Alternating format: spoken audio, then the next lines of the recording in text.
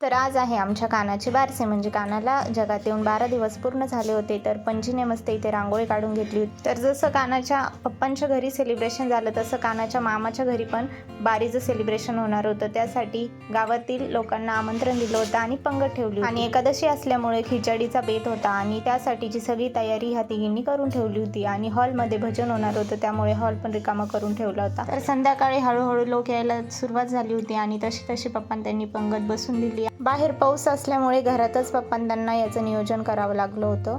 बाहेर कोणाचं काय चाललं आणि कोणाचं काय, आणि काना मस्त इथे झोप घेत होता. कानाला काही घेणं देणं नव्हतं आणि संध्याकाळी भजनाची लगेचच सुरुवात होऊन गेली. कानासाठी मस्त पाळणा गायले गेले आणि सगळ्यांनी खूप एन्जॉय केलं.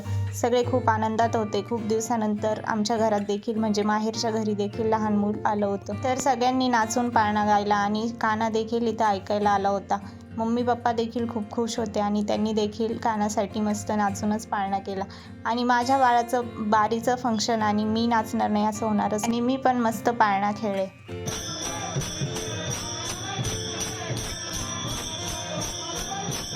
पाळणा झाल्यानंतर पप्पांना त्यांना फुगडी खेळायची होती आणि त्यांनी ती फुगडी खेळली आणि त्यानंतर भजनाचा शेवट झाला. चला भेटूया नेक्स्ट व्लॉगमध्ये. बाय.